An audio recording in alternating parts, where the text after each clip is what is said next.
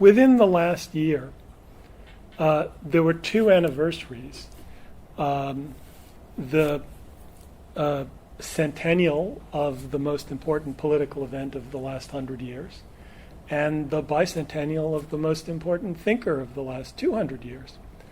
I mean, of course, the Bolshevik Revolution and the bicentennial of the birth of Karl Marx. And these events were marked, but the extent that they were marked was extremely underwhelming, even more than I thought. I mean, they weren't even really subject of denunciation or criticism. They just were barely noticed. And that certainly would not have been the case with the 50th anniversary of the Bolshevik Revolution or the sesquicentennial of Karl Marx's birth. So, on the one hand, that would seem to suggest that Marxism has become irrelevant. But at the same time, as I assume most of you know, there's this kind of phenomenon of millennial Marxism, Jacobin, the DSA, etc. Because this is Platypus in a lot of ways, the perspective here is the contrary of what you would normally get with like a sectarian left presentation or even an academic presentation, which would say something like, you know, look at all the resistance, Black Lives Matter, Me Too, the Arab Spring. You know, I'm just parroting, but it would be like some reference to political struggle and saying, well, the fact there's some kind of politics happening, whatever, the Kavanaugh hearing, that somehow I would try to connect Marxism to that and say that Marxism is sort of the way to struggle politically.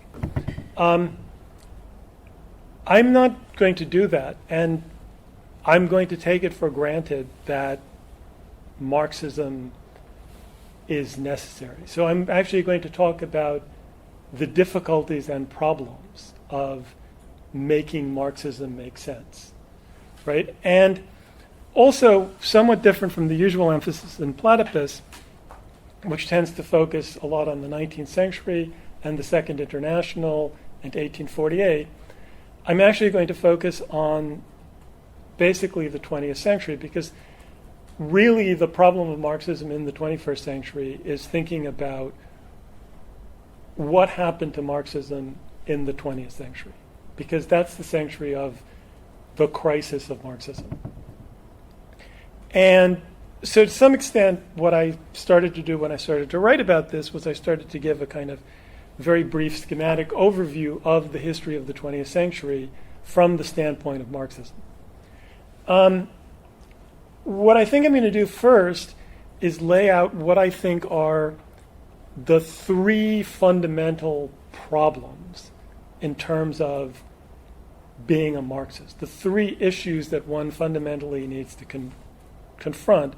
And so what I would say that they are, and I'll get them, number one, the trauma of success. So in the 20th century, there were a variety of revolutions that expropriated the bourgeoisie, or revolutions or military interventions, different processes, starting with the Bolshevik Revolution in a large part of the globe. They created, we'll talk about that, societies that were non-capitalist in a certain sense, and that were not ideal societies, to put it mildly in many cases. So this is, I would call, people used to speak of the Russian question, I would call it the Russian problem.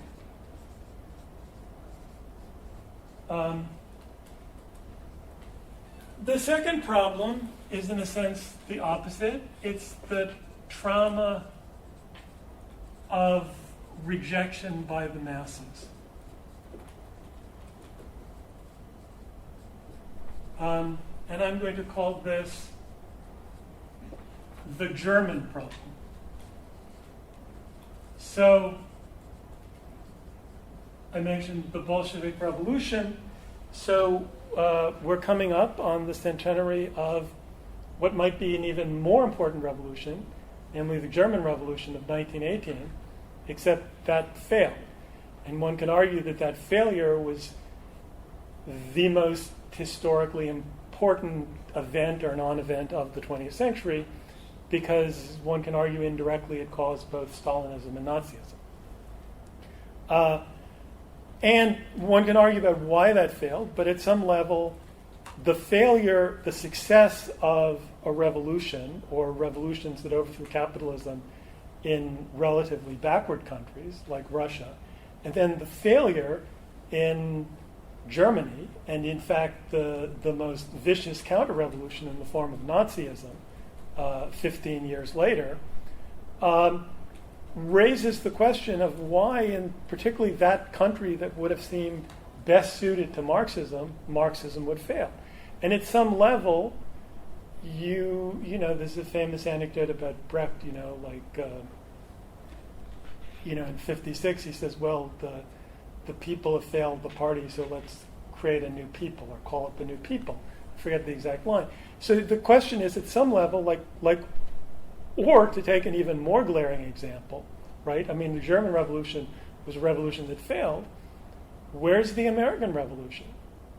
United States, which is the biggest and most powerful and most developed capitalist country in the world. In other words, precisely the place where, according to classic Marxist theory, one would expect the best conditions for Marxism, right? Not Cuba or not someplace like that. It's never even gotten close enough to a revolution to threaten capitalism. And then the third problem is the vaguest, and it's the problem of, let's say, let's call it postmodernism, right? It's also a problem of, in different ways, the new left, at different stages, PC, identity politics. So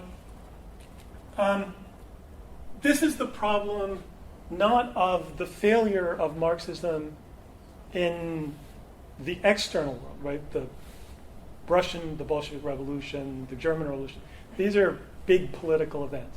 This is about the kind of internal retreat by people on the left from Marxist categories, or the sense that Marxist categories are outdated and irrelevant.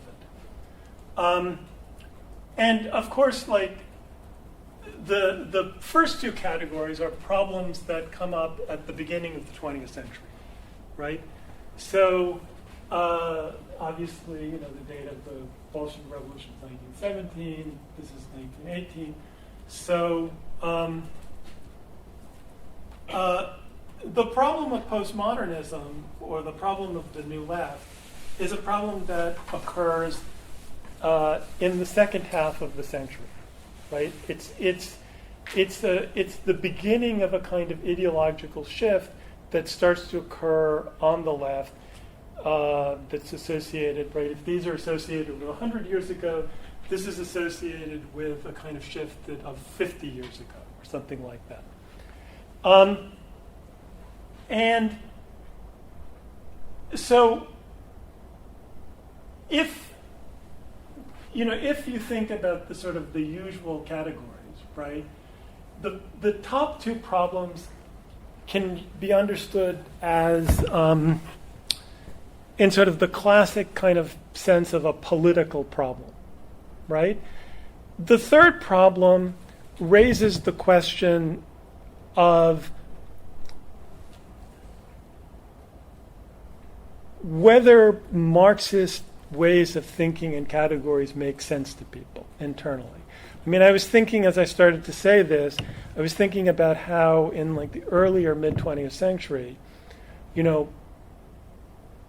intellectuals would be drawn to Marxist and Freudian categories of explanation, right? Whereas now, the dominant categories of explanation politically would be around some variant, I would say, of categories of identity politics, criticisms of some particular form of oppression, and psychologically would be around some type of reference to neuroscience, right? Now, I would say both of those, to me, represents some kind of flattening and conservatizing process, right? But it's not a process that can be simply attributed to some kind of political defeat or victory or a problem necessarily simply of politics. It's about what often seems a paradigm shift. Now, I think that this paradigm shift is in fact connected to the political problems raised by the first part of the sanctuary. So I was going to make one other point, or I'll make several points. So if you look at the whole sanctuary, right? So the beginning of the crisis of Marxism has a clear date. It's 1914. It's the crack up of the Second International. It's a very obvious classical date. And that's connected with another moment that follows the Bolshevik Revolution and lasts till about 1919, the German Revolution fitting into this period. Which leaves the Bolshevik Revolution the one surviving Marxist government. All the other revolutions, but of a very large revolutionary way, right? Particularly in Europe, that happens in this period. And people who are familiar with Platypus will know the importance of this kind of chronology. After this follows a period of apparent stabilization of capitalism, but a period of kind of instability. There's a crisis, of course, in 1929, an even bigger crisis in 1933, and then there's the Second World War. So this crisis is associated with the First World War, and there's also a problem or a crisis associated with the Second World War. But the two world wars have actually very different political effects. So the First World War has a very radicalizing political effect. And the Second World War and the combined triangle of first the triumph of fascism and then the triumph of Stalinism and bourgeois democracy has a peculiar conservatizing effect. And it's something that I think is not sufficiently pointed out, the moment of the shift. So let's look at some of the differences of these two periods. So before the Second World War, right, and then you have the Cold War after this, right? And then sort of as the Cold War melts, you have the New Left, and then you have kind of postmodernism, let's call it that, identity politics. So some differences of the Second World War. So there was, contrary to what somebody like Trotsky expected, there was not, the revolutionary possibilities unleashed by the First World War were not unleashed by the Second World War. The political environment of the world, particularly in the most developed capitalist world after the Second World War, was stabilized. The period of before the First World War, and particularly the interwar period, which was characterized by geopolitical instability and inter-imperialist rivalry, I mean, particularly the problem of Germany, but also Japan, disappeared. So after the Second World War, imperialism changes its meaning. You have essentially one single imperialist bloc. The entire advanced capitalist world, after the Second World War, they're all basically allies and they're all basically on the same side, right? And they face another bloc, the USSR-led bloc at first, which then splinters itself. So it's the quote, the socialist bloc that actually splinters. And you also have the phenomenon of decolonization, right? So when Marxism revives, right, afterward, particularly in the period of the New Left, there are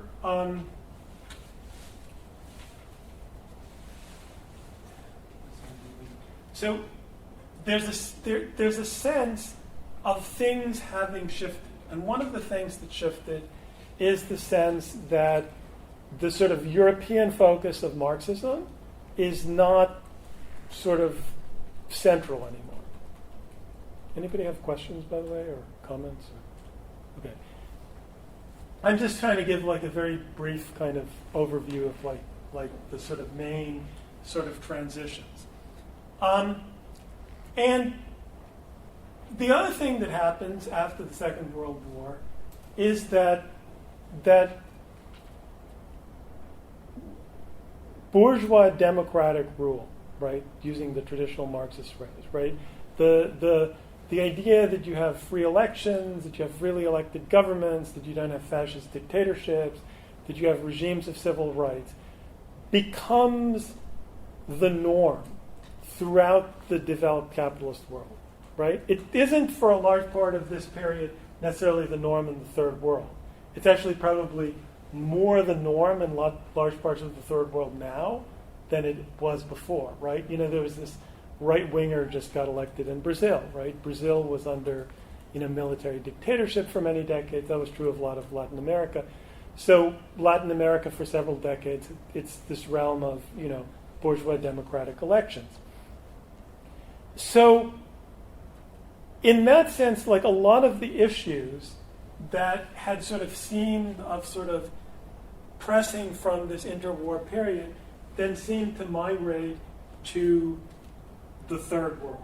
And the First World seems in some sense conservative, right? It also, in the period immediately following the Second World War, is a period of a surprising degree of prosperity, right? Which also contrasts the interwar period, which is a period of economic crisis, right? So when Marxism revives, there is a kind of disorientation about its meaning, right? I'm going to sort of emphasize that. I mean, most of this, I assume, is sort of familiar, this narrative. I guess the other thing that I wanted to emphasize is that the assumption of Marxism, right, that it comes from, the possibility of Marxism comes from the possibility of the category of the left. So, human beings, right, like there is now, and this is, I'm going into sort of the question of oppression. There is often, I think, a sense, and maybe this is less necessary here since this is just a platypus or strong the platypus, that being on the left is about fighting oppression, right? That it's about that people are oppressed, that there's injustice in the world.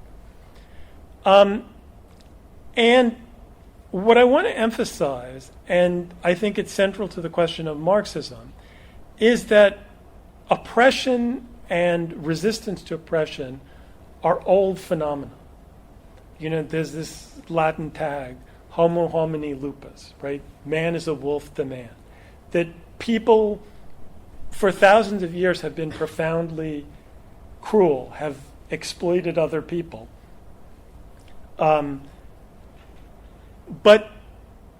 And people have resisted that, right? But there was not a left in any kind of sense that we have of the left. At the very earliest, maybe the 17th century and the British Revolution, but really at the end of the 18th century. And that's tied up with the fact that really the possibilities for human freedom that are envisaged by the left could not have existed for most of human history, right? Human history was basically about what are, by our standards, poor societies in which a peasant masses that through some ideological or means or other, some kind of surplus was exploited, right? There was no dynamism really in these societies. the possibility unleashed by capitalism is the possibility of ever greater growth, of increased prosperity, and of the concept of human freedom, right? And it's therefore capitalism that gave rise to Marxism, right? What happened and that's why in the end of the 19th century or the beginning of the 20th century, Marxists were very optimistic about the future. The things that made the Marxism problematic were that the natural kind of inevitability, the sense that capitalism was creating its own gravedigger, right, was broken. And also, and I want to go back to this, also the question of how the fact that the apparent success of Marxism did not create a society where people, which many people necessarily admired. In other words, and I want to emphasize this because, again, I think it's not necessarily adequately emphasized in terms of Platypus. So there's a famous W.E.B. Du Bois quote that the question of the 20th century is the color line, right? I would say really the question of the 20th century is the question of Stalinism. Because the question of Stalinism is the question that actually haunts Marxism. It's the question is socialism possible, right? I mean, there are, of course, the other questions. Like, that's why I put that number one. The question is, like, did what happened to Marxism in the 20th century need to happen? Was it built into it? Or, which essentially means that the highest degree of freedom one can envisage is capitalism, right? Which I think is what most people believe nowadays, right? I think that most people, the implicit belief is that one can't really progress beyond that. That you can't persuade people that you should, and that it might be dangerous. That you would only get something worse. And I think that what that does is it sets up a kind of tension in people who are critical of capitalism. Because the criticism of capitalism then acquires often a kind of utopian note in which, like, the possibility of actually getting rid of capitalism is kind of endlessly moved on to the future, right? It's not conceived of in the way that classically Marxists thought of the problem, namely that one could have a revolution and get rid of capitalism and build something better, right? So anyway, I feel like I've gone on too long. So let's maybe open up and have like comments or questions. Yeah. So you spoke of, like, I guess, a contemporary understanding of the left, maybe of being about removing forms of oppression or attacking forms of oppression. Is your contention that Marxism is more about unleashing possibilities? Yeah. Okay. Unleashing inherent possibilities.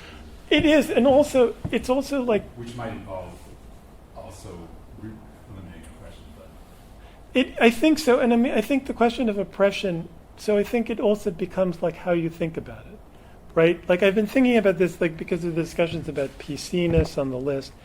So people feel, like I think a lot of the people feel about what being a leftist is it means caring about people suffering, right? It means caring about, and there's a sense that like people on the right don't care. And I mean, obviously, in some sense, that would have to be true. But I think that like identification with pain or the validating of pain actually doesn't provide the basis for a better world, right? I mean, it's also like it goes back to the question of like privilege, right? And like the validity of one's voice and having a voice to speak.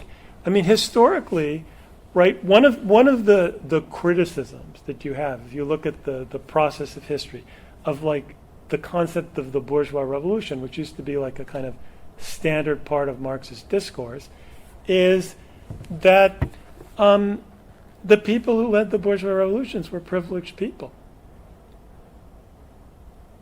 I mean, it's not, if you look at like something like the French Revolution, right, which was on the radical end of the, right, it wasn't like really the impulse for the French Revolution didn't really come from the most oppressed, from the peasantry. It actually, like the people who were on the Committee of Public Safety, these were not people who had gone hungry.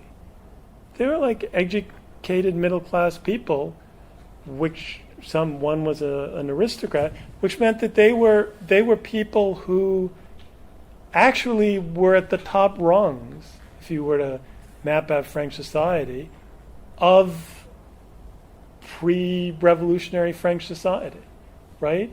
What actually drove the French Revolution was not some simple struggle against oppression, but something that was sort of both more abstract notions of freedom and I think that there's something about a kind of modern left sensibility that's made uncomfortable sort of acknowledging that, right? And I think that it goes also to the question of,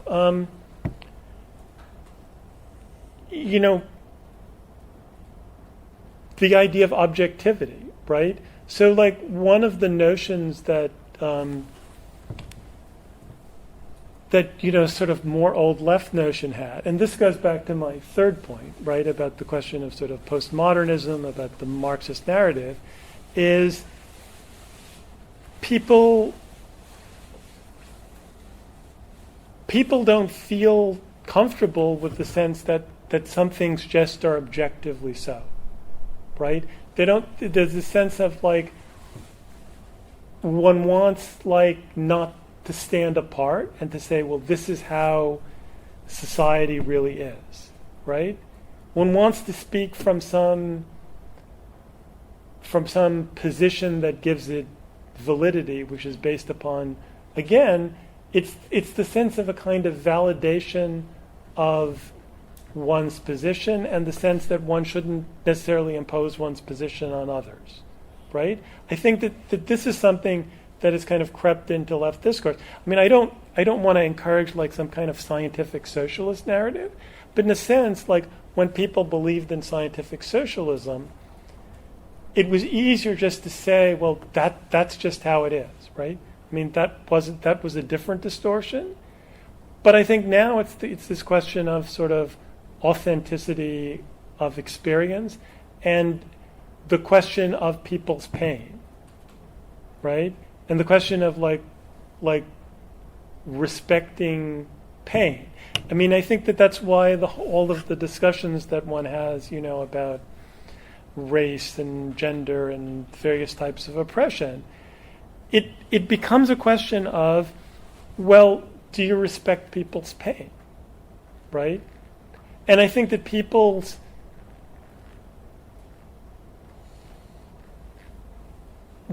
narrative is heavily influenced by that, right? I mean, that was sort of the point of my saying, well, the left didn't come out of the fact that people are oppressed. It didn't even come out of class struggle, right? Class struggle predates the left. There was class struggle in the ancient world, right? I mean, there's this, famous sentence in the Communist Manifesto, the history of all hitherto existing societies is the history of class struggle. Well, even if you accept that's true, you still have to ask, well, why wasn't there a left in Greece or ancient Greece or Rome or ancient Israel or ancient Egypt, right? There really wasn't a left. There's been a left only in modern bourgeois society. And why would you say that? Why wasn't ancient class struggle leftist? Because they couldn't have a perspective for universal emancipation. Because they wouldn't say the history of all human history, that like all human history is the history of class struggle, and it's this and there's this sense that we could be something new is going to arise out of that. It's like the Constant that we read this week when he talks about Athens, which is that the only way that the citizens can be at the polis deciding, what their cultural values are going to be and that sort of thing is because they have the slaves. And that there isn't a possibility doesn't exist actually for them going beyond that sort of he calls it political liberty. The whole question reminds me of this Sartre play that Wentai was talking to me about. Mm-hmm. It's called, I pulled it up because I wanted to know it. The Condemned of Altona. Mm-hmm. And I actually haven't read it, but she was explaining it to me, and there's this part where there's like a fascist, like a Nazi or something, talking to a Marxist. And the Marxist has kind of this cold view of like the people. Like, he doesn't like feel any sort of sympathy for them because he knows that they're, wretched or something because of capitalism, and that, they could only become something beautiful or something great. And then the Nazi, who according to Wentai, Sartre like somewhat sympathizes with in this case, it's like, no, I get my hands dirty, right? I dig in the dirt for the people because I love them. He loves the dirty people, and so he's not a Nazi though. He isn't. It's a struggle within the left in this drama. It really? Yeah. Okay, that makes more sense. So it was explained to me incorrectly then. Yeah. It was explained to me incorrectly because Wentai told me it was like a fascist. No. I mean, it's like within the left. several years that I've read it, but I'm pretty sure it's a struggle. They're both like about it's the question about like the party and like to what degree you sort of like either, and I think that's actually, so that would also be a question that I have, like it's not a struggle because you said like he really much like emphasizes like his like attachment sort of for like to the people, to the dirty, like how dirty they are and how they suffer and so on and so on. And I mean that was written when, like in the 50s, I think. 58. But that's also like this question is a question that was very like prevalent in the 20s as well. Like even within like I don't know, like what you call like early critical theory discussions. To what degree are you rather like tending to, I don't know, like an objective, as you said, like some sort of like objective historical like path of development or something, and what role does like how close are you to like the immediate lives or like the immediate situation of people like suffering and their experiences? I don't think it's a problem that like really just occurred like after Second World War. I don't think that that's a problem that just occurred after the Second World War. I mean, I think that's more about Sartre's own psychological ambivalence, right? Like that to me sounds like the ambivalence of the intellectual, right? Who feels like he wants to sympathize with the masses, but he doesn't really like them. That's what it feels to me. Like I think that the problem is, in a sense, like I think mostly psychologically the problem on the left is sort of people want to believe, right, in sort of the masses psychologically. I mean, the new left idealized the masses in many ways. It's just like sometimes the masses to be idealized were like pushed to the third world. I think that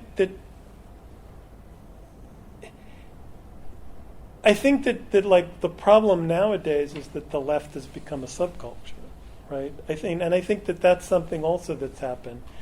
I was thinking like I had an experience which I assume is unique in this room, that in like the early 90s, I got to know like a bunch of old leftists from like the 30s generation who were already old, like people in their 80s and 90s.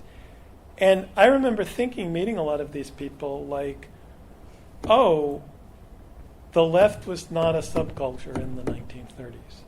These were like normal people who happened to be Marxist radicals, in this case Trotskyists, but otherwise like lived sort of similar lives. Like they were different because they had like taken the red pill or whatever, as Chris's metaphor is, right? But I don't think that they had any sense of like they lived in a subculture. I mean, in some sense, of course, they did. And I think, or at least if the subculture existed, it was a different subculture. I mean, you could say like maybe the pre-World War I German social democracy was a kind of counterculture, but it was like a very big counterculture. But it wasn't, I don't know, I think there was a different psychological relationship to being a leftist. And therefore of what the people meant, right? Like if you felt like, oh, I'm a radical, but I'm a normal person, I think there's a lot of sense among people who are radical that makes them not normal people, which in one sense is, of course, statistically accurate. And I think it makes it hard to sort of imagine, which one has to imagine at some level, that, you know, I mean, I raise these possibilities, and I think number one is a kind of moral challenge, but in a sense, the problem number two, which is, if one is to take Marxism seriously, you have to believe that hundreds of millions of people can become Marxists, right? That's what is entailed, right? I mean, we're talking a room of like, were we single digit or just like 10? I don't know. Kind of weird. Okay, so we have a minion. But yeah, I mean, so that's a problem, right? It's a problem of imagination and faith, right? And I think that at least earlier generations of Marxists found it easier to believe that hundreds of millions of people could join them because they were closer to being there. They could see, like, right? I think that particularly in the developed capitalist West, particularly now, like 50 years after the New Left, to imagine Marxism as a mass movement, right, let alone a mass movement on a global scale, I think it's almost impossible for us. There's a kind of taking it on faith, right? And what does the faith consist of? Really, ultimately, the faith consists of the idea that the possibilities for this exist within capitalism.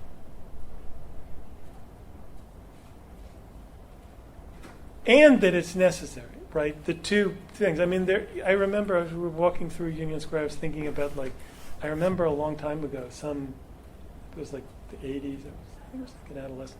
There was like somebody had scrawled, like, in big white letters, some sectarians, like, capitalism holds no future for your children. And it was up there for a while, and then somebody cleaned it up. And obviously the masses didn't listen to that, right? It was just a futile gesture. But it's true, right? It's like at some level, I think that capitalism holds no future for humanity, right? I mean, most of us will have personally reasonably comfortable lives, and maybe if we have children, they'll have like reasonably, but at some level, at some point, like how many decades down the line, and one doesn't know, like there's an inherent instability and crisis-ridden character in capitalism that I don't see any future for human beings as a species unless they can transcend capitalism, right? And I don't see really any future for doing that without Marxism, because I think Marxism is the way of thinking about the problem that is the best. And that's why I emphasize the challenges to thinking about it posed by the 20th century. Because I think we're still in the problems of the 19th century, but we're actually traumatized by the 20th, right? Yeah. But Richard, do you think that that process is going to happen by itself, like that capitalism is going to self-consume, and then Marxism should be there when that happens, or do you think? No, that I think Marxism it's will the other way around. actively- I think that I think that I hope that capitalism doesn't implode anytime soon. I hope that the world, I don't look forward to ecological catastrophe or nuclear war or like any number of other like horrific possibilities, right? I don't look forward to economic collapse. None of those things would be good for rebuilding the left, actually. Like actually the only hope for rebuilding the left is that at least in like the developed capitalist world, one has some kind of stability in normal life in which one can sort of talk to people and build up some kind of consciousness about how we got here. Right? I think the other problem, and it goes back to what I sort of spoke about, the third problem, is that I think that people on the left are intimidated by thinking about the history, right? And they think that there's a kind of ahistorical sensibility. People on the left, the whole survival mode of the left is to be ahistorical, right?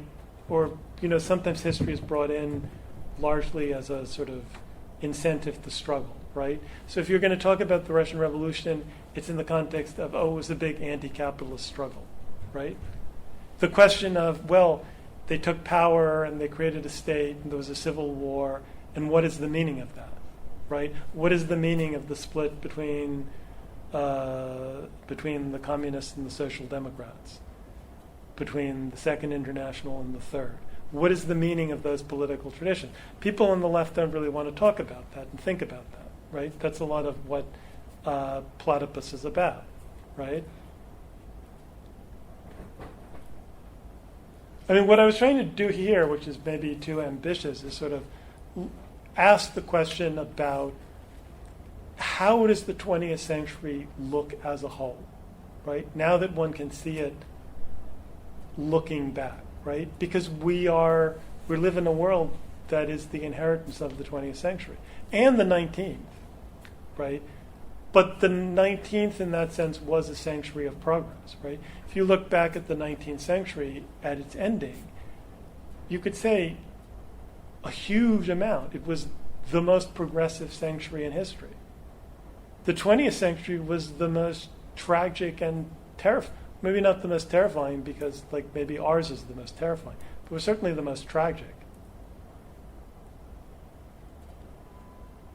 But are we better off now than we were 100, 120 years ago? Prosperity is greater.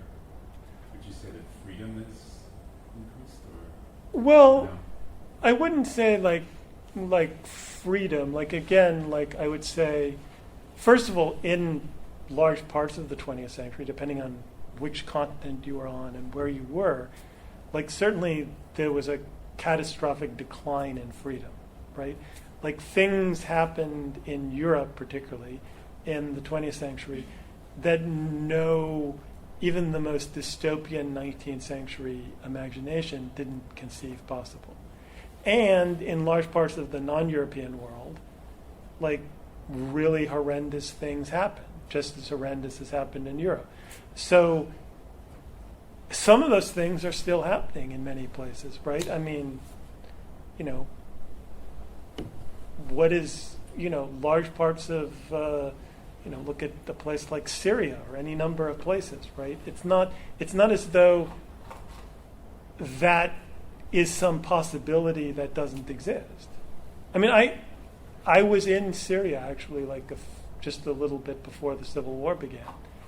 And, it seemed like this normal country, right? I knew it was a dictatorship, but it was a tourist, and I didn't see it.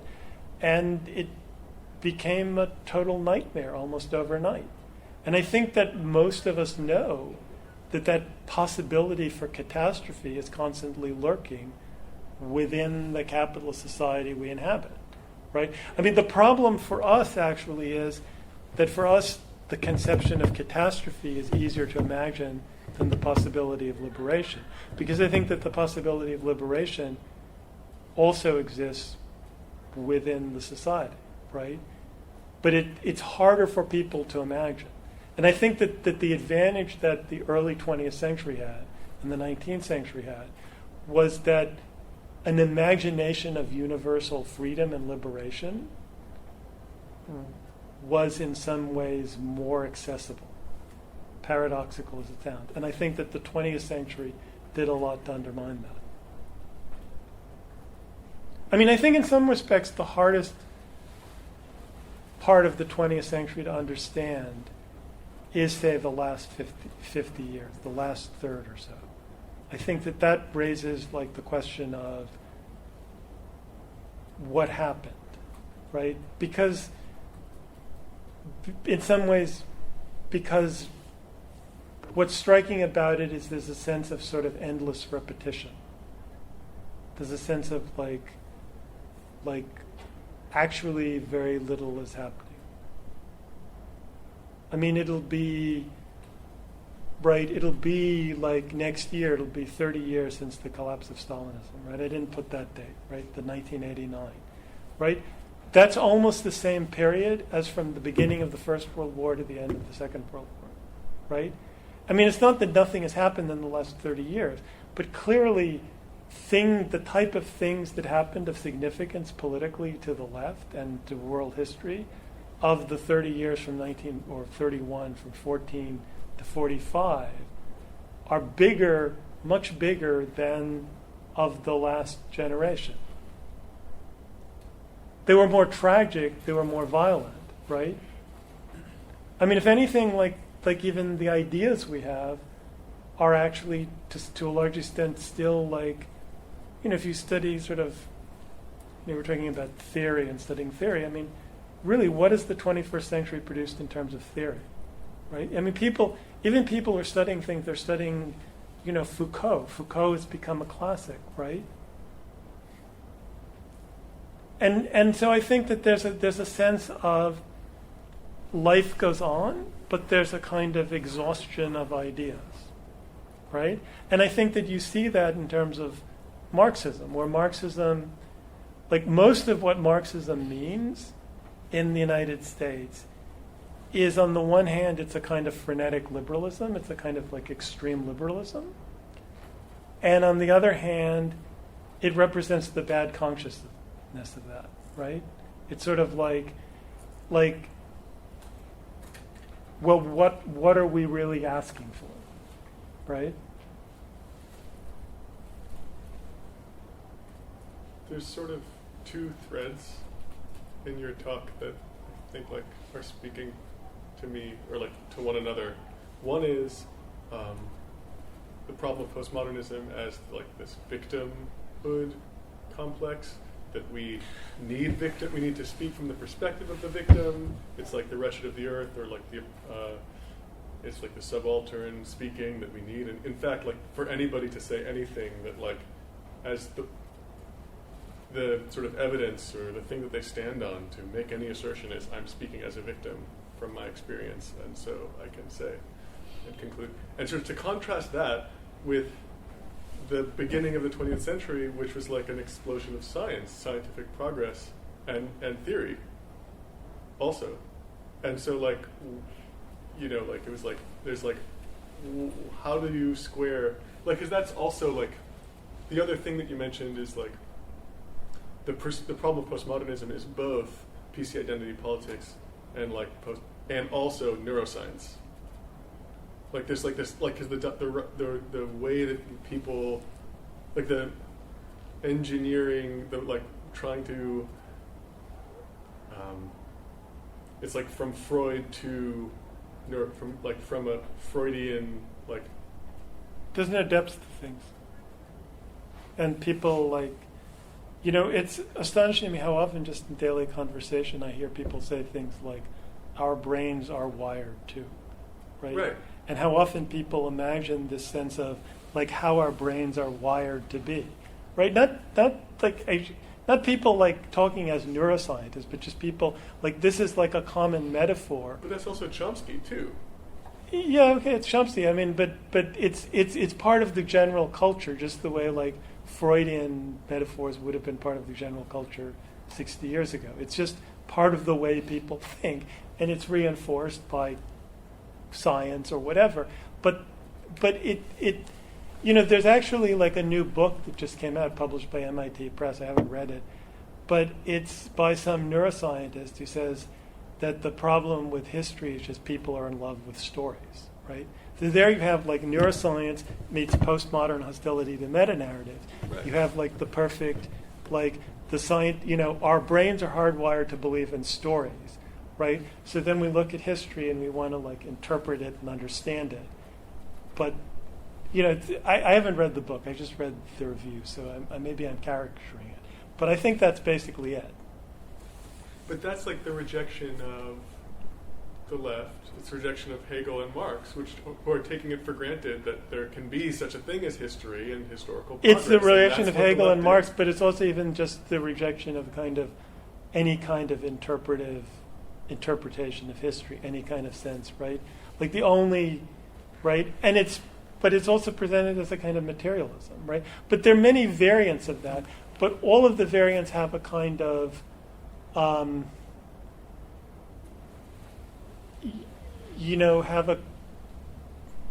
I think generally a kind of conservatizing effect.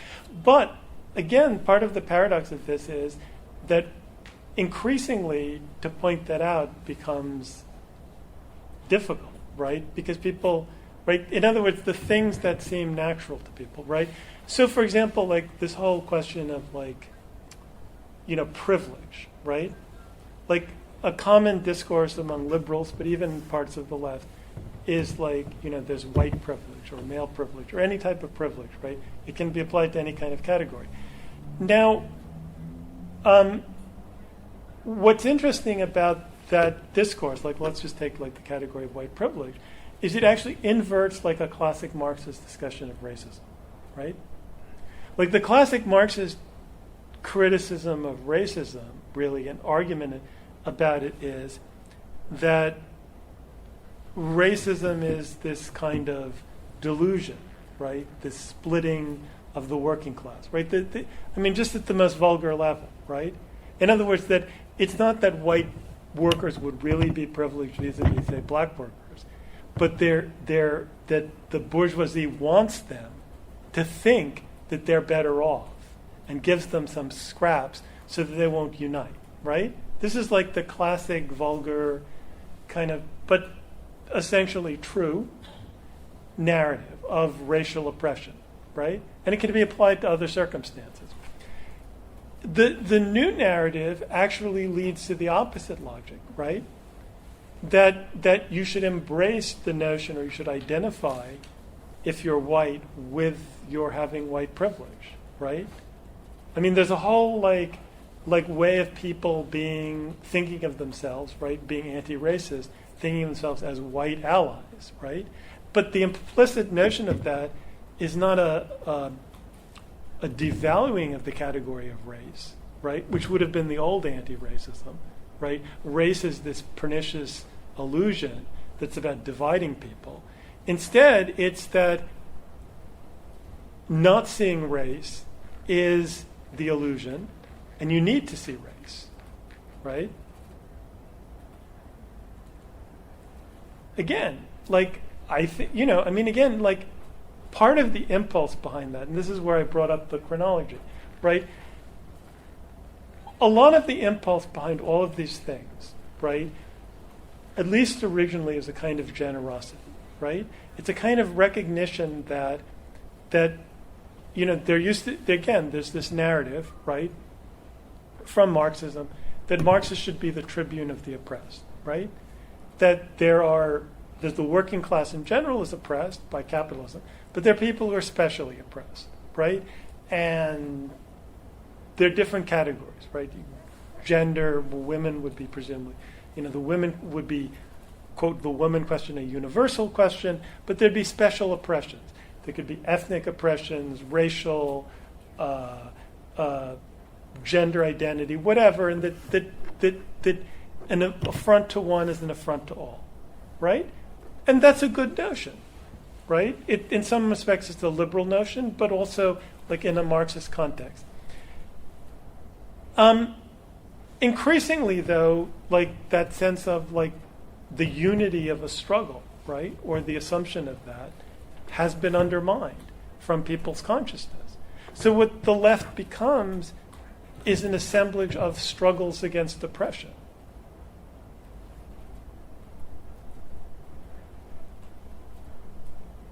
Right? And again, that's, the attempt to like recreate a left on the basis of intersectionality, right? The sense of, well, the old left notion was inadequate.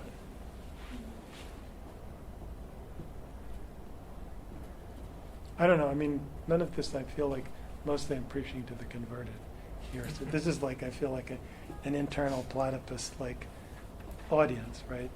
That reminds me of one of the speakers on the Corvallis panel, because it's a really weird question. Because I saw it like when I was scrolling on Facebook, right? Because it was live, so I was like watching it or whatever. And this person from the audience was like, could there be a patriotism for the left?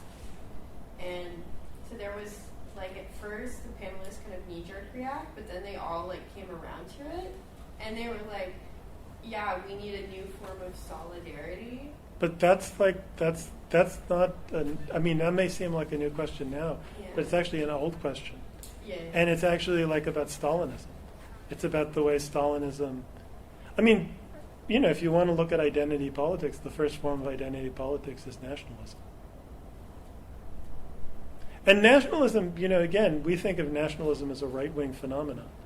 But if you were living in early 19th century Europe, pre-1848 Europe, nationalism would have seemed a liberal and radical phenomenon. And there was in like the 1820s and 30s, there's a kind of like, the way you have this like intersectional like delusion that like everybody but straight white men will all get together and they'll all unite, right? Because they're all like oppressed somehow and their oppressions will like bring them together. There was like a similar attitude about nationalism among liberals, right? It's like the Poles, like all these nationalities are oppressed by the reactionary regimes, and like there'll be this like coming together of like national liberation, and everybody will. And then what happened in 1848 was that one movement of one group of liberals, like German liberals, were, right? They were like the good nations and the bad nations, and nationalisms were in conflict, and. Okay, well, I have another question, which is like, which sort of was skirted actually in the talk, because you talk about the problem, like the American problem, sort of like why isn't there a revolution in the U.S. and that's kind of maybe related. Well, I called it the German problem, right? Which is the problem of the failed revolution of 1918-19, and then the catastrophic failure of 1933, where it's not just the failed revolution, but like where like the masses are recruited to like the most virulent center of European counter-revolution. So the country that had the strongest socialist movement in the world up to 1914, like 20 years later, is the heart of global counter-revolution in the most violent form. Like, how did that happen? Nobody in like 1913 would have thought like, right, that Germany was, they would have said Russia, right? That would have made sense. That Russia, on the contrary, the most reactionary country, would seem like the center of the world revolution. That's this crazy reversal.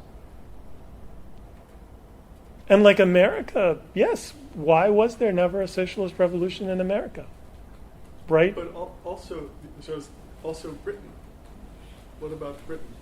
Well, Britain, I mean, the truth is, again, if you really want to look at a global perspective, the only serious revolution really in an advanced capitalist country was the German Revolution of 1918-19.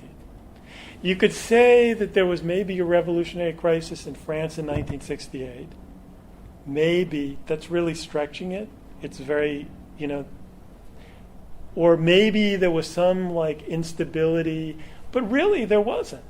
Maybe there was a potential crisis in Italy post-war in the 40s or something. But basically, there has never, except for Germany, in 1918-19, there has never really even been the threat, serious threat of revolution in any advanced capitalist country. And that's a real challenge to like the optimism of Marxism, because what that means is that whatever you think about Stalinism and the regimes that came to power, right, that expropriated their bourgeoisies, however you interpret that, right, in the late 19th century, nobody, no leftist, not even a non-leftist, would have thought that revolution was more likely in Cuba and Vietnam than the United States. That would have seemed craziness. They would have said, but that doesn't make any sense. These are like backward countries. One is a semi-colony, the other's a colony, and the United States is this advanced country, right? Because, which again raises a question, right, of Marxism understood itself as the inheritor of liberalism, right? That liberalism would fail to deliver on its promises, that the contradictions between liberalism and capitalist economics would require a socialist revolution to fulfill the promise of liberalism. But it often seemed during the course of the 20th century that the liberalism seemed in conflict with Marxism, right? I mean, that again goes back to the fundamental problem posed by the Cold War, right?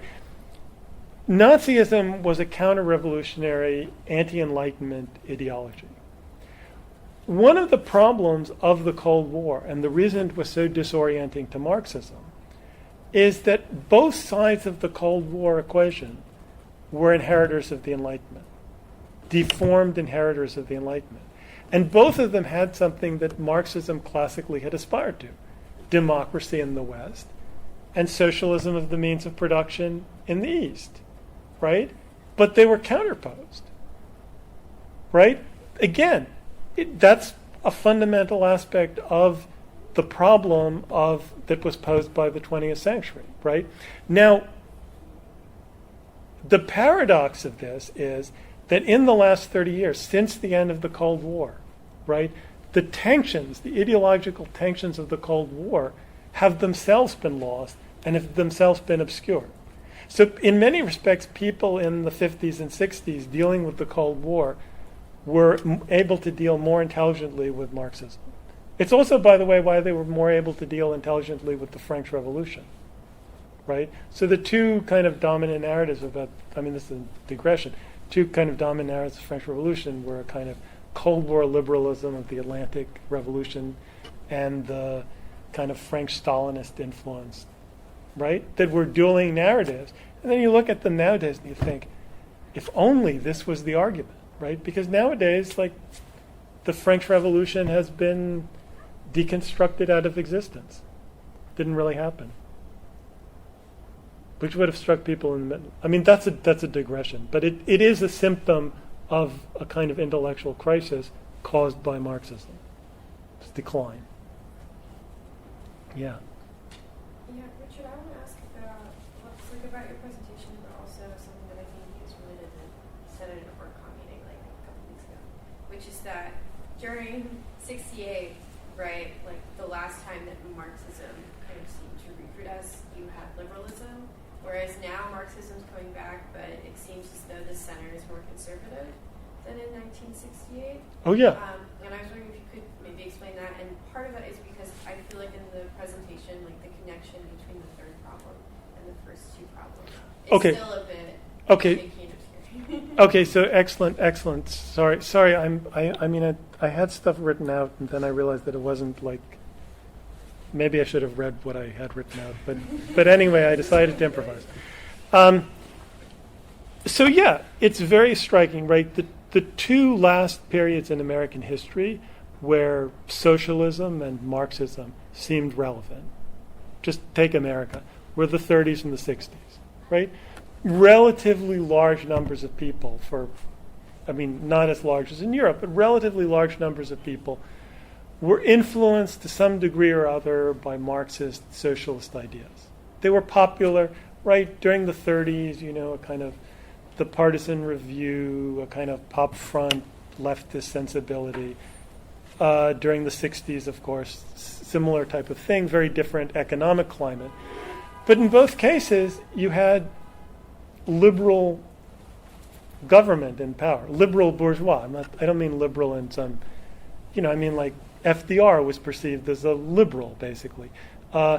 Even though you had the war in Vietnam, the government of you had the Great Society, you had a sense that the political direction of mainstream politics was moving to the left.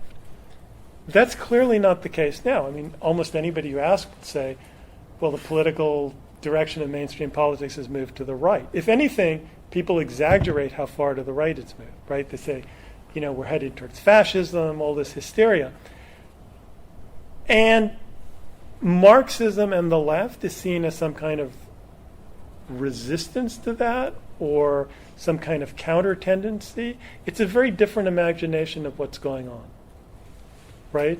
Well, I guess you could say, too, that the extent to which, because I think there is perhaps, at least in some section of the country, some sort of view that this is, like, in certain ways liberalizing, but that the liberals don't have to, like, interact with the Marxists, perhaps, in ways that they would have in the 60s.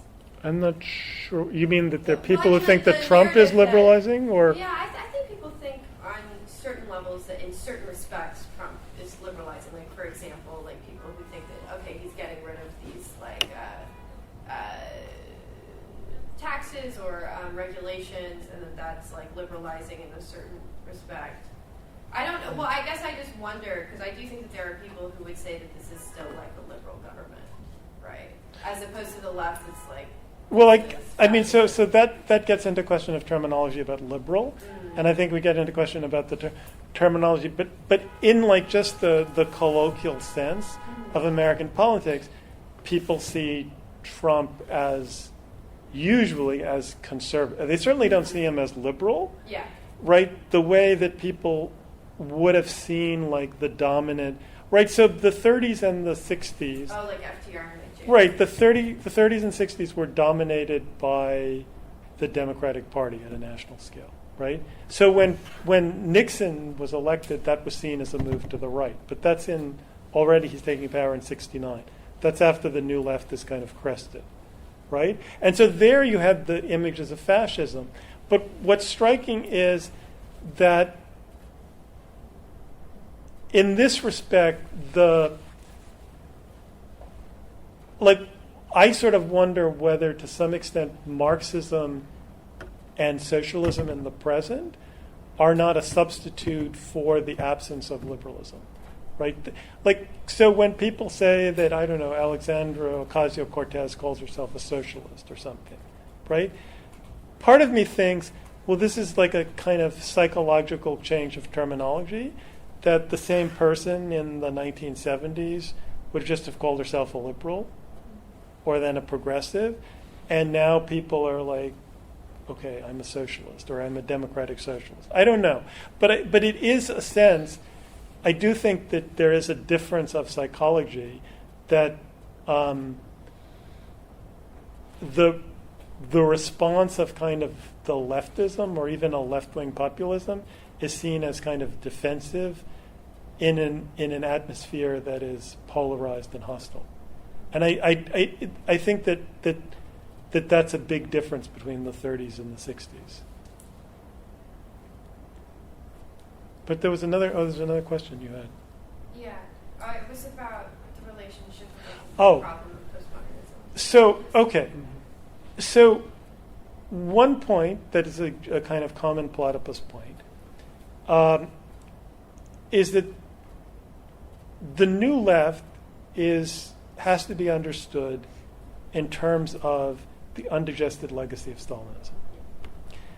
And it has to be understood again in terms of, I think, the kind of trauma of the mid-20th century, right? Particularly the sense of the kind of dual trauma of fascism and Stalinism, right? And the triangle of Stalinism, fascism, and bourgeois democracy, and it's kind of the coming of age of the people who were born particularly just after the war or were just children at the time. And it's the sense of this kind of coming to terms with the legacy of the old left. And another point that has to be raised is, which people forget, is the new left was directly educated by the old left, right? It couldn't have been otherwise, right? And the extent to which the new left internalized the assumptions of the old left while changing them is completely different from the effects of new leftism after the new left.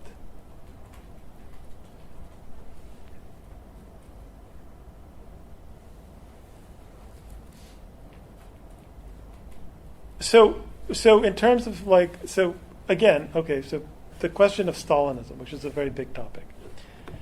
So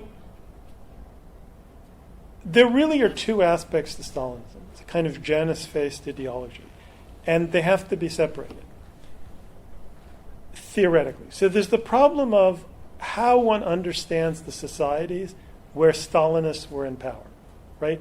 The part of the world where revolutions or military intervention by the Soviet Union came to power, set up these one-party states, expropriated the bourgeoisie or the other traditional classes, instituted some forms of planned economy, right?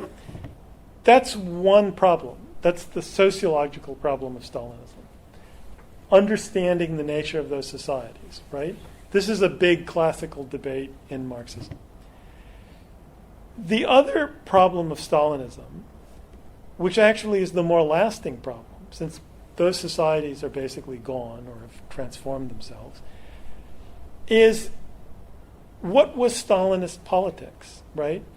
Because in places like the United States, Stalinism, while obviously not in power and nowhere near taking power, had a big political influence. Now, I mean, obviously, again, since in Platypus, that a lot of what I'm saying is kind of coming from a kind of traditional Trotskyist analysis, right? So one of the problems that often happens from that analysis is there's an emphasis on Stalinism as reformism, right? As reformism, as like a form of so that the old debate of like reform or revolution, right? So you'll have like a lot of like Orthodox Trotskyists say that the Stalinists are really reformists, right? Now, in many cases, right, if you look at Stalinism, right, I'm talking about Stalinism not in the Soviet Union or China, right, not Stalinism in power, but say Stalinism, you look at, say, two best examples I can think of are the French Communist Party and the Italian Communist Party, post-World War II. So these were mass parties, millions of people, they permeated society.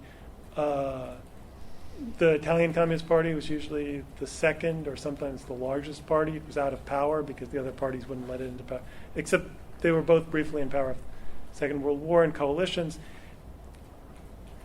Millions of ordinary people joined these parties. They had huge impact in the society, right?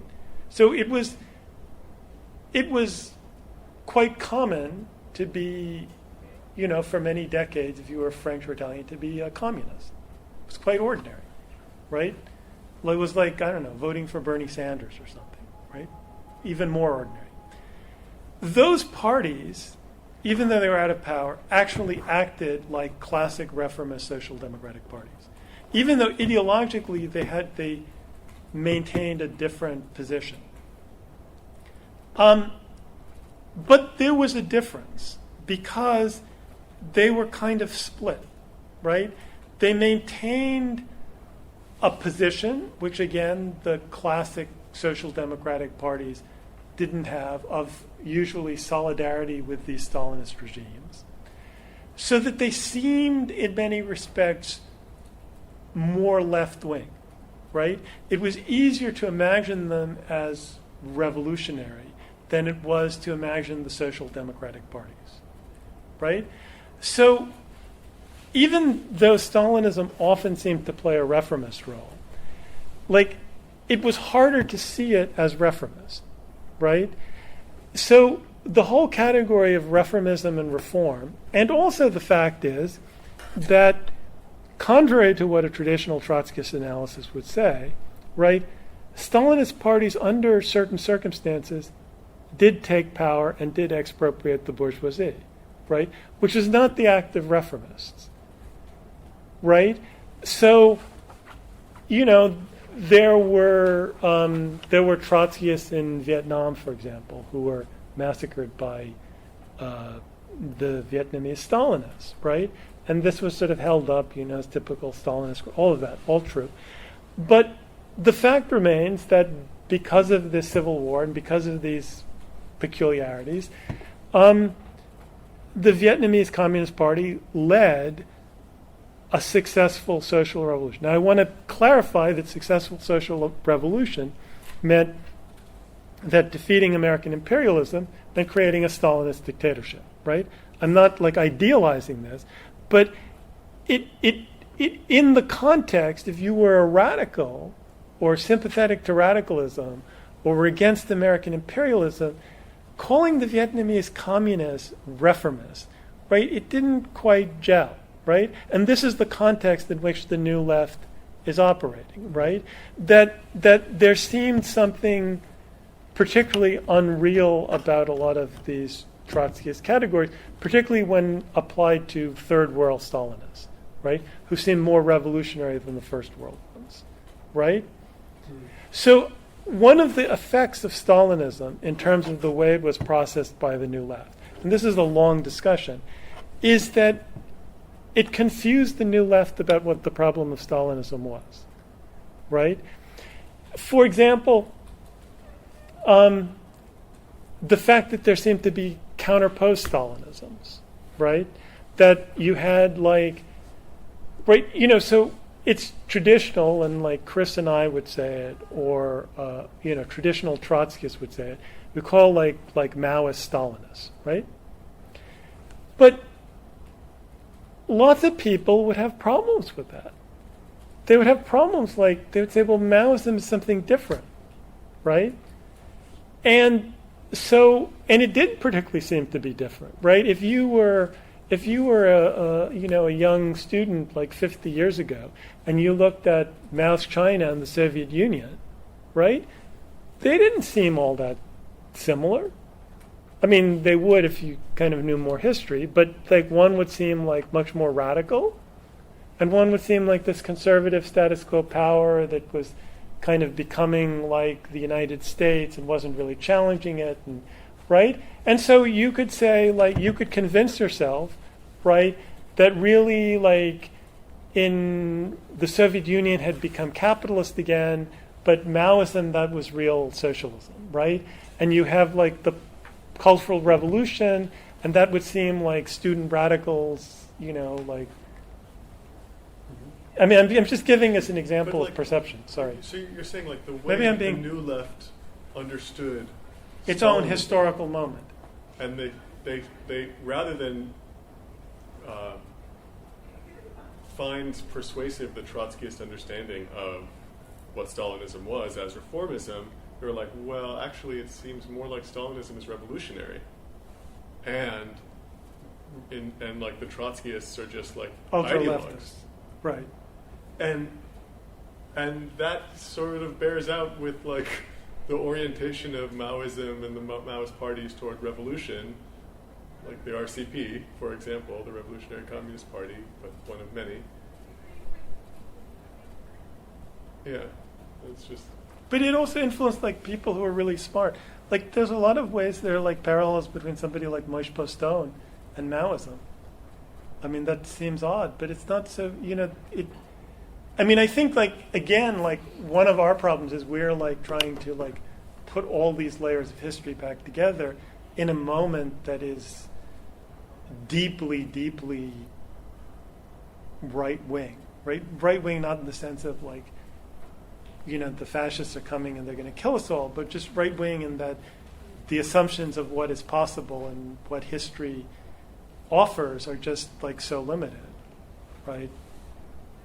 And we're sort of like looking, like that moment of the 60s was like incredibly more optimistic and hopeful, right? For all of its like delusions and maybe delusions of hope, right? I mean, one never knows what people really believe, right? I mean, I'm not sure that the New Left, but it certainly, the world seemed to offer more possibilities than the present, or the last few decades, and much more seemed to be happening. That one could like perhaps see as good.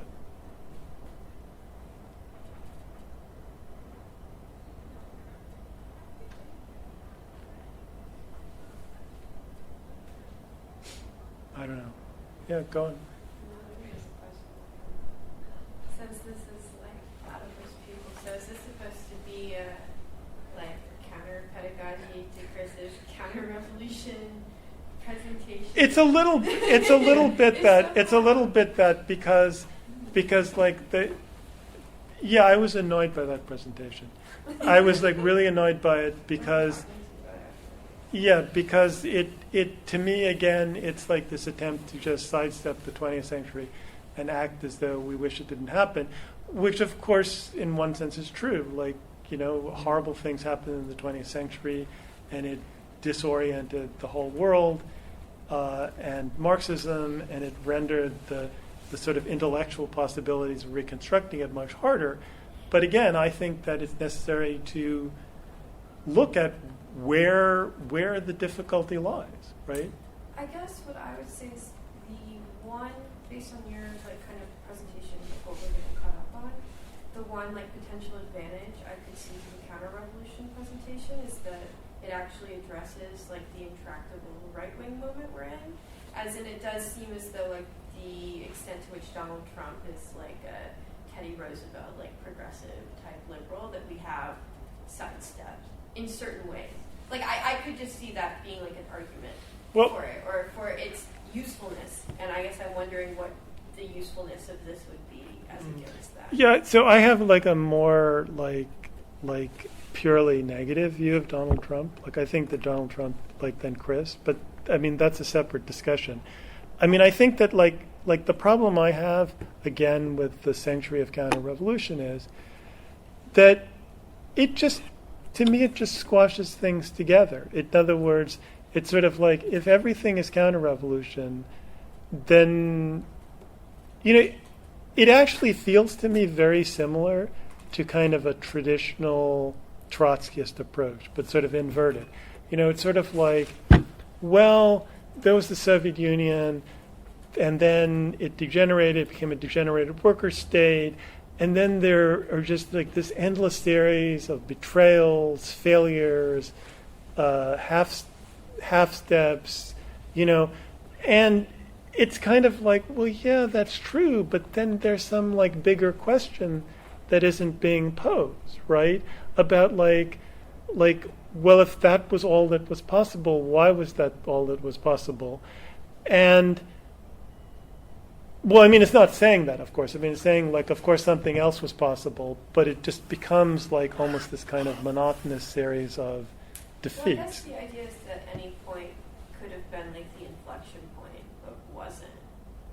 But also, isn't that more of a negative view of Trump? Because then what he's saying about Trump is that actually this is such an intractable moment that's, like, so ahistorical that we, like, can't utilize the history of the 20th century that it comes from to any positive effect. Whereas you're saying that there actually is like some sort of like, because of like how the left is viewing Trump, we can use like the 20th century actually to critical advantage. See, to me, Trump is like what Trump, or what like where I agree with Chris, is what's happened in the last few years, couple of years, and you see it with like Brexit and the Brazilian election and all of these like different things, is that like I didn't talk about the most recent period, like a period from like 1989. So it seems to me like you had a period from like 89 to 2001 that was a period of kind of triumphant neoliberalism, right? It seemed like, okay, there's no alternative, like the West is one, capitalism is one, like one could. And then there's like I would say one type of crisis provoked by 9/11, and then there's a deeper crisis provoked by 2008. And so I think that there is and I agree with Chris on this, that since 2008, right, is catching up with the world politically, right? And I think that Trump and Brexit, and I think what you see ideologically is and you saw it in 2016, is the way there's sort of a right-wing populism and a left-wing populism, and there's this kind of complicated, or this kind of alliance between a kind of conservative sort of neoliberal impulse and sort of a PC identity politics impulse, right? That just says, well, somehow all these racists and reactionaries just sort of crept out of the closet and are pushing things back, right? And there's no sense of sort of this having been built up for, right? I don't see anything in Trump that actually is leading to any kind of clarity, right? Like what I said in the 2016 thing, that, Trump is a reactionary buffoon. So there's a kind of, with this Kanye West thing, which has zero political significance, right? It's I was with some people, sort of older liberal Jewish couple, and we're having dinner and they were watching CNN, and there's the endless commentary and all the Trump hatred, and it's CNN now, it's like Pravda in the old days. It's the enemy of the people, the whatever, except that it's Donald Trump. And it's all about how inappropriate this is, right? It's all about the unpresidential, the bizarreness of it. And it's sort of well, it is absurd, but there's some impulse in me, and I understand this is kind of an aesthetic response, that's sort of well, that's kind of what's appealing about it, right? That it is kind of making a mockery, right? And so to me, the only way I react to Trump is sort of the sense of I don't think that Trump, I think that Trump is a symptom, right? And I think that what the hatred of Trump is basically is a denial of the causes. It's a denial that there's anything more than a bizarre accident, right? And that's what is so frustrating about the Trump hatred, right? That it's just the sense of well, where does this lead?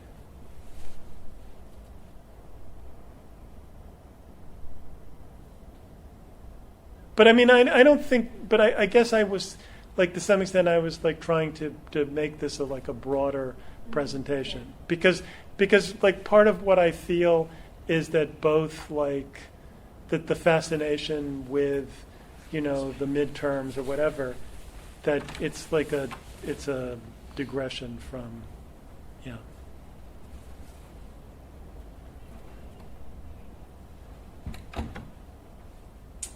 I feel maybe I was a little bit all over the place. No, I think Yes.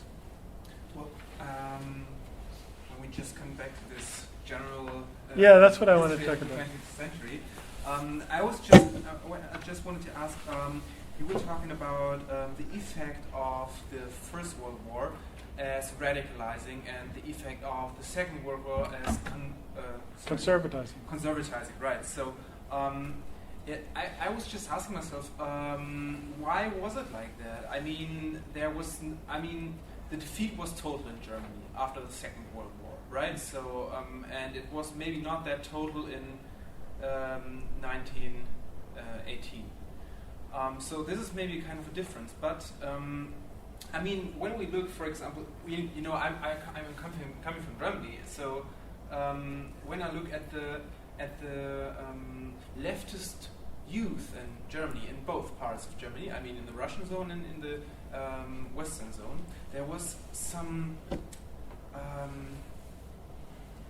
you know, like people were really, they wanted to start something new. What decade are you talking about? Right after the Second World War, you know, like in the time from 45 to 50 Yeah, or something sure. like that. So Or even to 55. right, I so would say. there were people who joined the Sozialistische Einheitsparty, and, Right. and they were not just like party hacks. There was and that was true in a lot of Eastern Europe, right? Mhm. I mean, it wasn't as though everybody who joined these ruling parties was just motivated by opportunism. That was a lot of it, but Right. but there were genuine. So yeah, there was genuine. No, there was genuine support. I mean, Yeah. and that was probably more true in places like Germany or Czechoslovakia, like Kundera, right, who became this prominent. Right, he talks about joining the Communist Party in 47 or 48, out of enthusiasm for the idea of Right. communism, right? Right. That's been disillusioned. And would you say this is conservative in a way then? Because It's conservative in the sense that so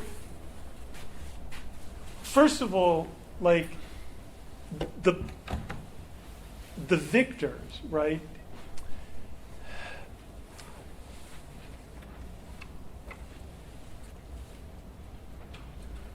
So to the extent that like what happened in Europe, right, particularly Eastern and Central Europe, is that in those areas that fell in the Soviet zone of control, there was a kind of social revolution conducted from above, right? In other words, things that might have been carried out by some kind of socialist government that came to power democratically or through some mass movement or persuasion were basically done by socialist parties that were installed by the Red Army. There were some, like Czechoslovakia, the Communist Party had genuine support. There was some leftist support in Germany, but again, these are the most advanced places. But in places like Poland or Hungary, I mean, Poland particularly, it was really the Red Army that caused this. I mean, again, individuals could be sincere, but there wouldn't have been any transformation. So that was conservatizing in a certain sense. I mean, in one sense, it accomplished something that wouldn't have happened otherwise. But it wasn't happening through some genuine political awakening of people, right? It was happening because these were the people in power, and they were put in power basically because of a powerful force that imposed it. In the Western zone, where you had free politics, I mean, of course, there was a move to the left, right? So if you look at Europe of the 40s and 50s, right, it's not like McCarthyism in the United States, right? So things like the French Communist Party, the Italian Communist Party, the Labour Party in Britain, of course, in one sense, there was a move to the left, right? But it was a move towards a social democratic welfare state, right? It was not a move towards revolution, right? There was no real revolution on the agenda anywhere in Europe, the way there was revolution on the agenda all over Europe, or at least Central Europe, in the aftermath of the First World War, right? And a lot of that has to do, a huge amount of that has to do with Stalinism, right? The difference between the Stalinized communist parties and the Bolsheviks and the parties of the Third International. And a lot of that also has to do with the triumph of bourgeois democracy, right? Again, this is another example of where Trotskyists were just wrong. They thought that bourgeois democracy wouldn't stabilize, but bourgeois democracy did stabilize. I mean, at least there were lots of. We're not looking on a global scale. We're not talking about the third world. We're talking about the advanced capitalist world, the parts of Europe that didn't fall under the rule of, the Stalin Soviet Union. So you had fascist governments in Southern Europe, right? You had in Portugal and Spain, you had right-wing dictatorships. In Greece, you had a military coup. But if you compare that with the interwar period, and all of those governments by the 1970s had fallen, right? And been replaced by normal, bourgeois democracy, and they joined Europe, right? Europe, the European Union was a democratic club, right? You can't be like a military dictatorship and join the European Union, right? That's an ideological change from the interwar period, right? And in one sense, obviously, that's good. I mean, it's better to have democracy than a military dictatorship or fascism, right? But in another sense, it speaks to a kind of stabilization and conservatism, right? And it goes to the paradox also of the Cold War,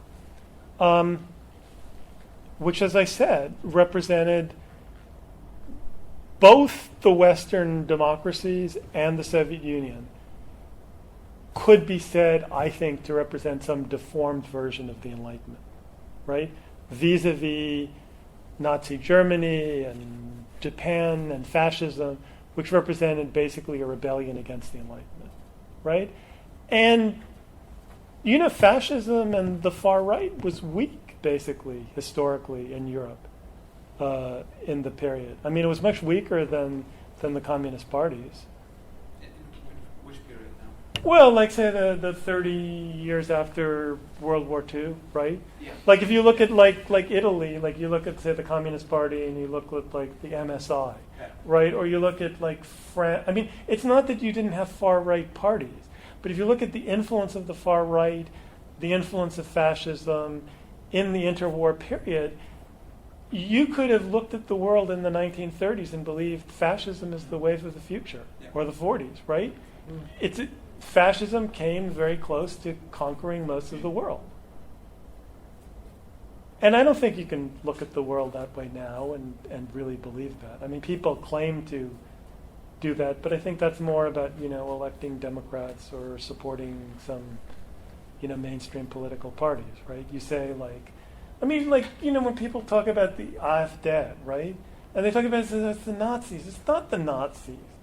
The AfD is not going to come to power and, put people in concentration camps and try to conquer you. It's like some kind of right-wing populism, right?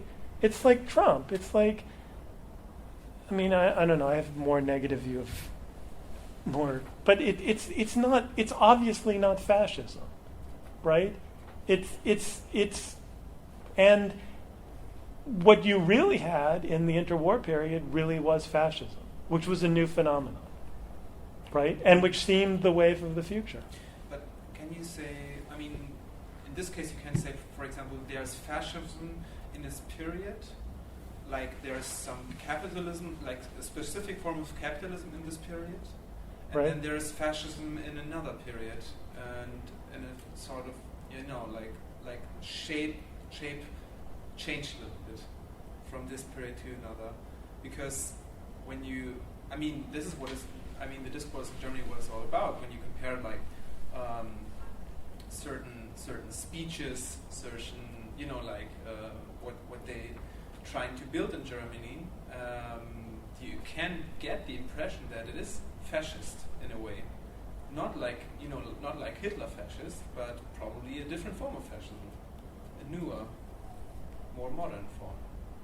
But at some level, the question is okay, what does that mean, right? In other words, what fascism really meant was that this gangster state came into power, and that it crushed its political opponents. It killed them. It put them in concentration camps. Right? If you then start calling any type of right-wing populism fascism, right? Then you're trivializing what actual fascism is. You're just every right-wing, people called they actually called the Bushes fascist. They certainly called Reagan fascist. They called Nixon fascist. They called Trump fascist. That's not fascism. Call it conservatism, right-wing populism. Call it something else. It's not fascism. It's not what fascism really meant. Right? Fascism seemed for several decades to be a wave of the future. It seemed like there was a point really of like in the 30s and then early 40s, where most of Europe, with a few tiny exceptions, was under fascist rule. Right? Like real fascist rule. Like I know what I'm saying goes counter to like people. Again, this goes back to the question, I think, of like anti-racism, right? That people feel that whenever something comes up that is some kind of demagogic appeal to racism, right? That they want to stamp it out, that they can't give any kind of legitimacy to anything that seems like racist or particularly has this authoritarian, right? And I understand like where that impulse comes from, right? But it's a problem analytically, right? It's a problem when people talk about racism, right? Like what people mean by racism, right? You see it all the time in the way people talk about like, American society. I mean, there was a time for most of American society where racism was enshrined in law.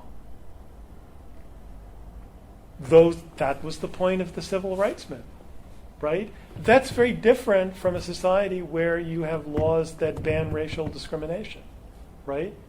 When people say things like talk about institutional racism as explanations of inequality, right? Of racial inequality, it's about like how people are not talking about capitalism, right? Like I think like one of the reasons why I think one of the things that happens a lot of the times, for example, is everybody knows that in the United States, for example, that poor people are disproportionately dark-skinned and dark-skinned people are disproportionately poor, right? Not all dark-skinned people are poor, not all poor people, in fact, most poor people are white, but there's an obvious correlation. And people want to say, well, the problem is racism. And the reason they want to say that is they think if they don't say that, then people will say, well, obviously that proves dark-skinned people are inferior, right? That's the dichotomy that's set up, right? There was an article about, I don't want to get into like too many details, there was an article about like, it was the Black Lives Matter, it was an article about police brutality. And it was an article about statistics, right? And the point of the statistics was, look at how much more frequently black people get killed by the police than white people. And it brought up some statistics about how many hundred people had been killed by the police in a given year and what their racial breakdown was. And of course, the statistics prove, yes, black people get killed far more frequently by the police than white people. But there was like a curious thing. Sorry, you mean at a higher rate? At a higher rate. But there was not close to a majority. Well, that was the funny thing about the statistics. Like, I don't know, I'm assuming the statistics about. The thing is, if you look at the statistics, that a majority of people murdered by the police, or let's say killed by the police, in the United States are white, according to these statistics that show the predictable racial bias. Now, what's interesting about that fact is that nobody cares about that, right? Like the people who, you'll hear people who like right-wingers and they'll talk about black-on-black violence or whatever. But I've never heard of like protests about like some white person killed by the police, although apparently it happens all the time, right? Like, I don't know, maybe, and again, I don't know the circumstances. What's interesting to me is that fact, which was put forward in these statistics proving racial bias, doesn't interest people, right? And it seems to not interest people because, well, if white people are being killed by the police, then that doesn't indicate racial bias. Yeah, and there's no explanation for it. So well, maybe they deserved it, or who knows, right? So, but that focus on racial bias, right? As opposed to, and of course everybody. It's also like white people are not like understood as like an oppressed. But it's and like so we like need to, white like, people speak are not about concerned. victims. Like you never hear white people say, "Oh yeah, but what about the white people?" Okay, no, white people don't care about white people being killed by the police. Like I've never heard that, right? In other words, but the point that racial bias, right, is like what interests people, right? Right? Again, it's the way a problem is framed, right? Right? And I'm sure that like lots of people, and I've had this happen, right? Hearing my like saying, well, why are people not interested in the question of the majority of people, right? They would say, well, you're trying to disappear the existence of racism, right? Because this is the way the discourse gets set up. I mean, I see this all the time. I mean, I had like this stupid like personal argument with my girlfriend, right, about like this incident about like parking near the beach, and somebody yelled at her and was an asshole, and like the argument became this meta argument about, well, was he just being an asshole, or was he being an asshole to you because you're a person of color, right? And then the question was, well, why am I not recognizing racism? Obviously, I don't see the racism that she does because I'm a white man and she's a non-white woman, right? And this is like this had no political context at all, and like it has other emotional dynamics, but like that type of question, in some ways, like when it's politicized, right, affects like the entire discussion of society. I mean, anybody who has any knowledge, for example, of American society in the 1950s, knows that almost every category of oppression, certainly being black, but like lots of other categories, right, that you want. Like, in other words, that things are better now than they were, right, in terms of like discrimination or oppression, right? The only category that might not be true of actually is Muslims, right? There's probably, because post 9/11, I would grant that actually Islamophobia is actually more of a problem than it was for many decades. But other than that, like most of the categories of oppression that the left would focus on, people would, if they're honest about it, they'd say they've diminished. But there's a problem with the left, like the left has a schizophrenic attitude about talking about that, right? Because on the one hand, the left wants a kind of progressive narrative that we're getting much more enlightened, that society is better than it used to be. That's another argument I had with people about like how much more enlightened we are than the 1980s. I think that's crazy. Yeah, the 1980s, right? The last 30 years, look at how much progress we've made towards enlightenment. Like we're living in this like, I think it's desperation, right? So there's this narrative on the one hand of progress, but there's also the way in which that narrative of progress, like if you look at the new left, right, and here it goes back to the first two problems, right? It's like the new left didn't completely fail, right? Like there are lots of things that you could say, well, it won, right? In other words, the civil rights movement in one sense won, in another sense failed, right? It got rid of legalized discrimination. It made certain types of discrimination illegal. It's created an environment where being openly racist is, to put it mildly, highly frowned upon, right, in public circles. That was not the case before, right? But at the same time, everybody knows that in some sense the problem of race as a category hasn't disappeared, right? Like racial inequality is nowhere near going away, right? And in that sense, the civil rights movement profoundly failed. And it's that, and what, in a sense, the lesson of the left is that those issues that didn't involve questioning the economic basis of society were issues where one could win victories, right? It's like, well, gay marriage. Well, okay, the left could win gay marriage, right? But that's in a way an easy victory because it's a kind of like simple liberal victory, right? But other types of problems, particularly those problems that involve capitalism, are precisely those that are intractable. So on the one hand, I mean, that again is part of the paradox of the sort of neoliberalism and PC. We live on the one hand in a society that seems to recognize all these different pains and oppression and history, right? You have a whole culture of like recognizing the crimes of one society historic. I mean, Germany, Erinnerungskultur, right? Right? And on the other hand, Erinnerungskultur, it's like the culture of memory, right?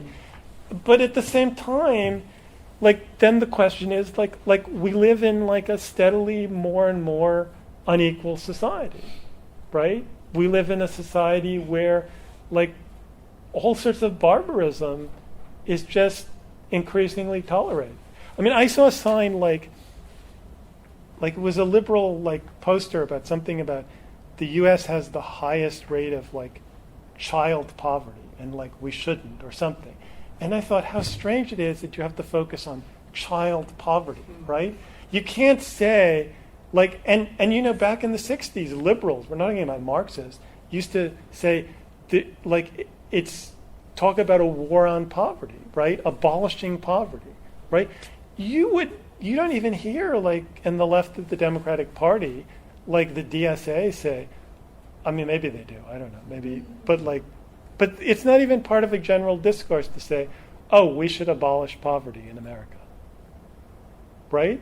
That would seem a utopian goal. That once seemed a reasonable reformist goal to liberals and even centrists. Right? And one doesn't mark the regression there. It's also easier to feel sorry for a child than just... I know, but it's kind of, well, I mean, it's obviously connected. It's like, okay. Right. Poor parents. Most poor children have poor parents. Who are more often going hungry so that they can get what little food they have for their kids. Yeah, go ahead. I just keep thinking about your comment about how, like, from earlier on, about how what you want, at least in the short term, is a position of relative comfort from which we can imagine and strategize for something that would transcend the current system. You definitely don't want to see various forms of crisis befall us because that would be helpful. And like, I kind of, when I heard that, I was like, well, but don't moments of crisis, like, isn't that when you see an upsurge in revolutionary, mobilization? Well, maybe. But then you did point out a counterexample in the 60s. That was a time of relative affluence, and that was also a time of, Well, look at the awakening. 30s, right? So the Great Depression, you can say, well, it produced Roosevelt. It didn't produce revolution, but it also produced Hitler. Right? The Great Depression destroyed. So, there's a lot. I don't think that also that that economic crisis per se is likely to radicalize people unless there's some base from which you draw on? Well, I think the thing about radical politics is, and this is like part of like why people should be Marxist, is that it affects the way how people interpret events, right? In other words, if you are like already a radical, right, and there's an economic crisis, your response is, well, this is why we should get rid of capitalism. But if you're not, like an economic crisis might make you more conservative. It might make you any number of things, but it's not, or it just might make you like totally despairing and passive. But so how do you explain the recent upsurge in either pseudo-socialism or actual proposals that seem to indicate a shift to the left? Do you see that as tied into? So I would call it left-wing populism. I think that most of the socialism that's around now is kind of left-wing populism, and you see an upsurge of right-wing populism too. And so if you compare like the relative political strength of the DSA and Sandersism with Trump, well, obviously the right-wing variety is politically stronger. I mean, I don't know. Sanders could have beaten Trump in an election. I mean, maybe. I mean, the difference is The difference is that if you want the left-wing populism to amount to something, right? Like if you wanted like socialism as a real political project, like what the DSA is doing is the best way to bury it. I mean, That may be the case, but don't you also see it as an opportunity to talk to people who are, about socialism? yeah, absolutely, sure. No, I mean that's part of the point about like if we were actually talking to, like even not the masses, but like non. If we were having an external conversation, right? Yes, that would be part of the point, right? Sure. I mean that's not a bad thing that people would, right? But how do you explain it? How do I explain what? Increasing receptivity to. I think it's policy. I think it's the delayed effects of like the 2008 crisis. Right. I mean, it seems to be a global phenomenon, right? That you have like you have a kind of discontent and political instability, and it creates a lot of either right or left wing populism as sort of alternatives to a kind of neoliberal status quo that seemed to be dominant at least before 2008. And the distance of the Cold War allows people to talk about socialism? The Cold War? The distance from the Cold War. Yeah, I think the distance It's from the not Cold... enough. Right, I think that's the other thing, that you have like a generation for whom the Cold War is just an abstract historical memory. Right, you know, like... That's it. Sure. Which in some ways is good, and in some ways is actually perhaps a problem. I mean, Well, that's like the same question about the pedagogy versus the counter-pedagogy, like the relationship to the 20th century. It's like if there's no memory at all of Stalinism, or like versus some memory, those are different.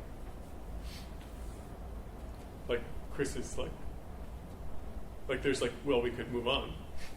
Maybe we could just move on. Maybe it didn't matter. Because in a sense that means that things are worse.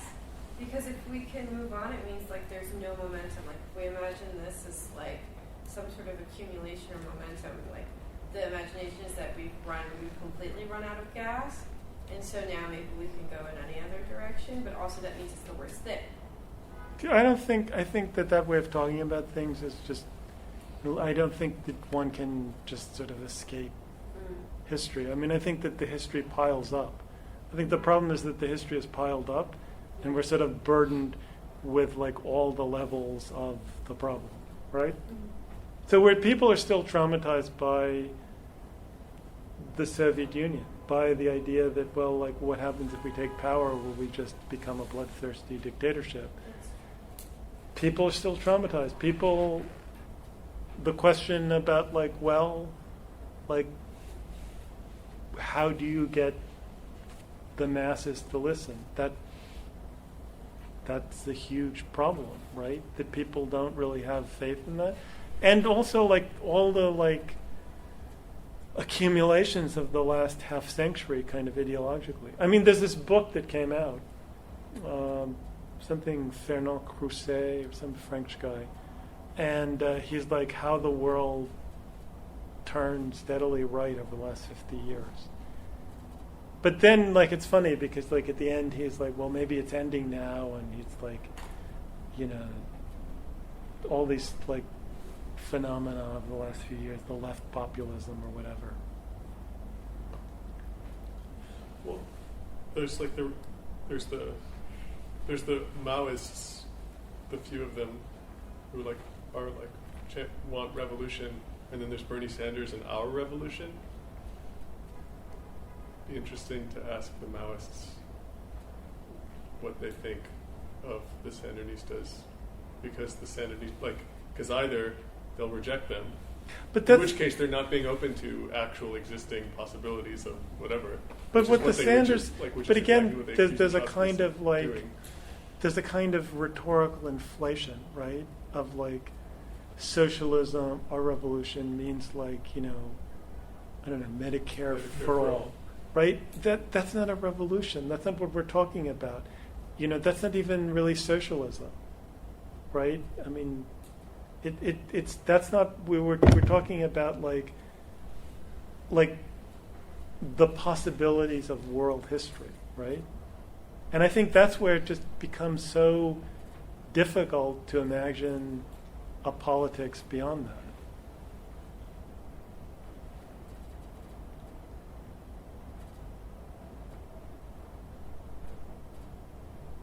Do I sound pessimistic or optimistic?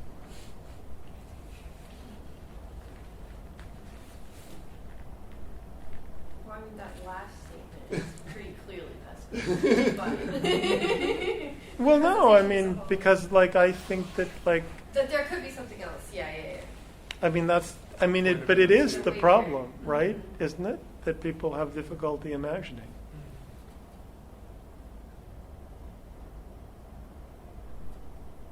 I think that's where we're in a much worse position than the early 20th century. I think in the early 20th century, people could imagine much more socially. I think that in that sense that So now imagination seems to revolve around either the possibilities or the downsides of technology rather than politics, right? yeah. So, I mean, although in like dystopic futures, it seems like there's a political aspect, but And the imagination of the human being is just like this, like machine. Like this Right. Yeah. Right. Goes to Yeezy Ideation Center. Cyborg. The craziest thing. Where the cyborg. who's this come from? I think he said he wants to build Yeezy Ideation Center. Where we would It's the ideate. Yeezy effect. What's that? Then you can go to the Tesla, Elon Musk, Mars colony. The Yeezy effect. Kanye West.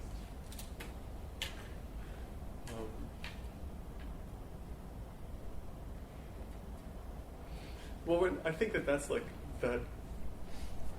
Going back to this, like, where like that human beings are hardwired to be storytellers, but really, like, there is no progress and there is no like. Well, the progress would be technological. The only progress is technological, and it's also like the only like there is no such thing as capitalism. There's just the Industrial Revolution, and yeah.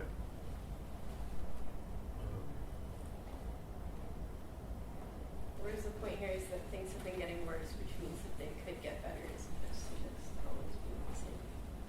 I think what I'm struck by more is not the getting worse, but the sort of the stagnation of ideas and ideology. Like, I mean, things change, but like the level of ideas, they don't really. Things just get recirculated.